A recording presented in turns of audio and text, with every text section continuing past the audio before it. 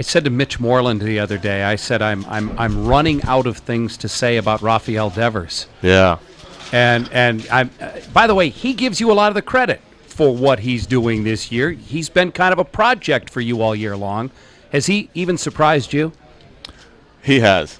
He has surprised me, honestly. I remember when he was in the minor leagues, a lot of people would talk about him. I never seen him in person, or I never played with him in the minors, but you always hear about him. And once he got to the big leagues his first year, he played so good. Last year, obviously, he had a lot of ups and downs.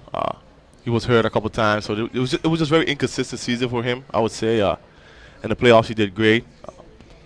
But I think all the work that he did in the offseason, that's the only thing I just try to remind him. It's similar to me my first year when I went to Arizona. After a rough 2014, I went to Arizona in that offseason, and I had a good year the next year. It's similar to him. I feel like all the work that he did in the offseason this year, hiring a special trainer, all this and that, and the first couple games, I think it was the first 30 games, I didn't think he had a homer or anything like that, and right. I was just keep reminding him that, hey, all the hard work you did in the offseason, it will pay off in the end.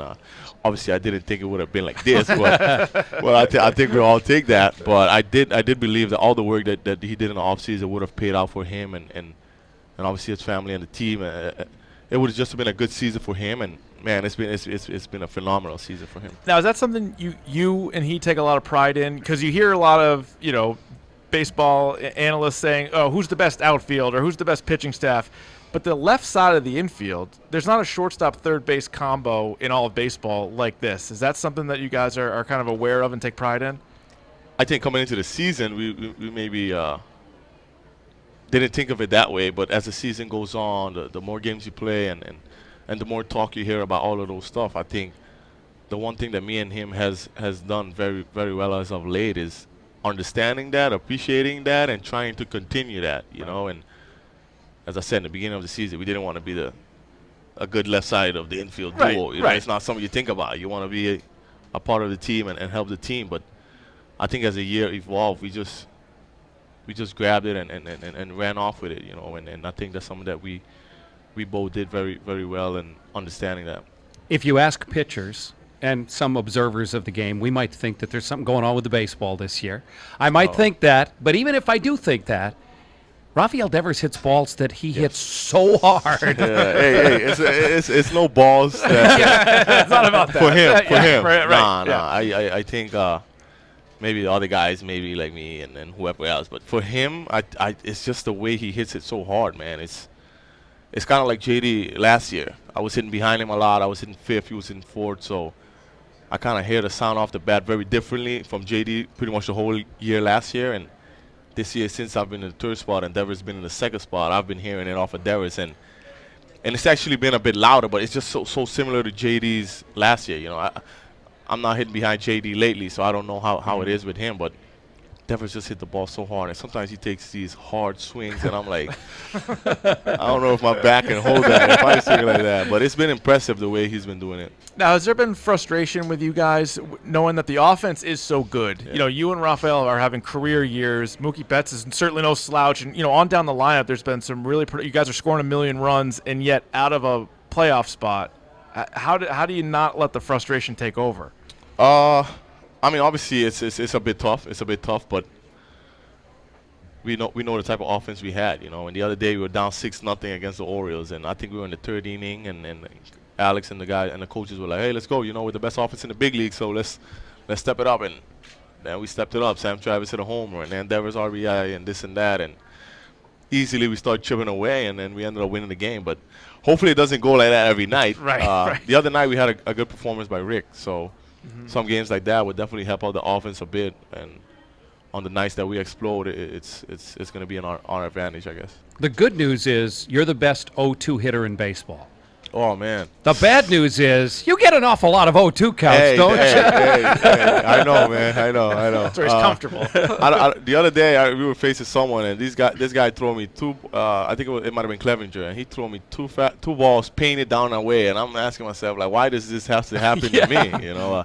Maybe I'll take the first one, but it's not in my instinct to automatically take the second one. But I'm like, why these guys just like it's like that easy to get me to 0-2, and then I got to keep fighting back. But I think just being in that situation of being in 0-2 a lot, I just kind of understand that if the pitcher throws me a ball. It just gives you a little more confidence, you know. And then you got to battle, and it's frustrating at times, but that's just the way it has been. Now, it's been tough, watching Chris Sale go from a year ago or last couple of years, a Cy Young candidate all up until the end of the season, and then he's dealt with different injuries. This year, yet another injury for Sale. Also, not as dominant a season that he had a year ago as far as wins and losses are concerned. How do you guys feeling in the clubhouse about him? What kind of confidence do you have in Sale? Obviously dealing with this latest injury, although not Tommy John, so I guess some positive Oh, that's actually great news. I think just his name is what fears you whenever you're an opponent or you're hitting in the box. I remember my first couple of years facing Felix Hernandez. That to me was something pretty big. And then as the years kept going on, he wasn't as good of the pitcher that he used to be, but it's still his name. You're facing Felix Hernandez tonight. It's like a little bit of like, whoa. And I think that's what the guys have with Chris Sale, the opponent team. So his name, he doesn't have to have the nasty stuff that he always has, but it's just been unfortunate that he's been dealing with injuries these last couple of years. And, I mean, whenever he's healthy and at his best, he's obviously one of the best pitchers in the game. All right, when you first came up, it was Felix Hernandez. Wow, man. Who's that pitcher who puts that thought in your mind now? Is there one? I think he's the guy who puts it in Yeah, pitchers, exactly. is what I'm thinking. I always said it. In spring training, I got asked who might be the pitcher that you fear the most or something like that. I said Jeff Samardzija. Really? Yeah, I know. Also the best football player. And I said Jeff Samardzija, and I haven't faced him in a while. I faced him a lot when he was with the White Sox. Yeah. When he's been with the Giants now, I haven't seen him as much. So they're coming here soon. Hopefully, I don't got to face him. And no offense to Jeff Samardzija, good pitcher. I don't think that's anybody's answer. I really don't. Hey. I mean, out of all the guys in the league, I know. Hey, Jeff Samardzija, man, he's man, the way he throws it, he just looks at you like he doesn't fear anything. It's just someone have different guys, And I have Jeff Samardzija. what's it like in the clubhouse right now, knowing that you still have a month and a half left to try to gain as much ground as possible? 6 games out of that wild card spot. What's the confidence level? For me personally, I mean, looking up at the scoreboard a lot. Yesterday, I mean, I was watching the Tampa game. I saw they lost, so that was nice. It's a bad situation to be in, chasing a couple of good teams, and some of the teams we're not going to play no more, like the Indians, the Oakland. We're not going to play these guys no more. So Tampa, that's the only thing we can control because we're going to play them 4 times, I think, in the Trop the next month. We just got to win as much games as possible now until we get to that point and see where we're at. But those are the games that's going to be so important for us. Last hour, we talked to Brock Holt, who's the Red Sox team captain for the Jimmy Fund. Okay.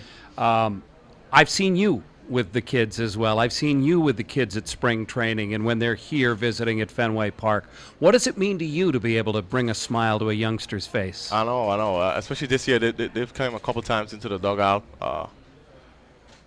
I mean, as players, we tend to focus on the game and the results as a team-wise, but understanding that a little chatter with them or a little some type of advice to them can mean the world, and that's something that they will remember maybe for months, years, or even the rest of their lives. So I think it's really important to understand how important we make them feel, and obviously we want to help them out as much as possible. Now, you talked about how you've been in the organization since you were 16. It must have been pretty quick that you realized just what the connection was between the Jimmy Fund Clinic and the Red Sox. It was quick. Yeah. It was quick, especially once you start getting to the higher levels, maybe AA, AAA. We start visiting the hospitals more, coming to rookie program, and you do some stuff with the kids. So it's the more high you get to the big leagues, the more involvement you get into that, and it's fun to be a part of it from young instead of once you get to the big leagues. Will you take a glance at Bryce Harper's BP today? Oh man, he's here, huh?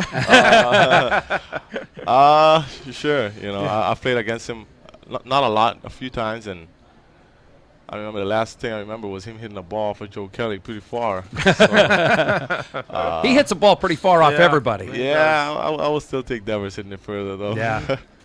Well, it's great to visit with you. Thank you so much for lending your voice and your experience to this whole thing. Guys. Thank and you. best of luck the rest of the way. Thank you. Xander Bogaerts joining us live from Fenway Park. This is the WEEI Ness and Jimmy Fund